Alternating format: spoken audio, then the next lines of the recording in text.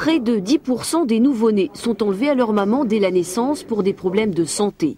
Dans cet établissement de Saint-Denis, jusqu'à l'année dernière, services de néonatologie et maternité vivaient séparés par 4 étages. Aujourd'hui, les mères n'ont qu'un couloir à traverser pour allaiter ou participer à la toilette du bébé.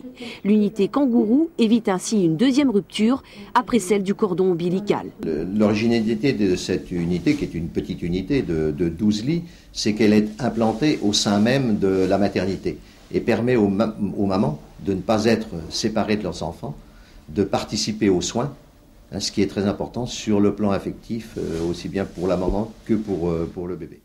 Plus de 170 bébés sur les 1930 naissances annuelles sont soignés dans cette unité. Mais en cas de gros problèmes, difficultés respiratoires par exemple, le service passe le relais au CHD de Belle-Pierre.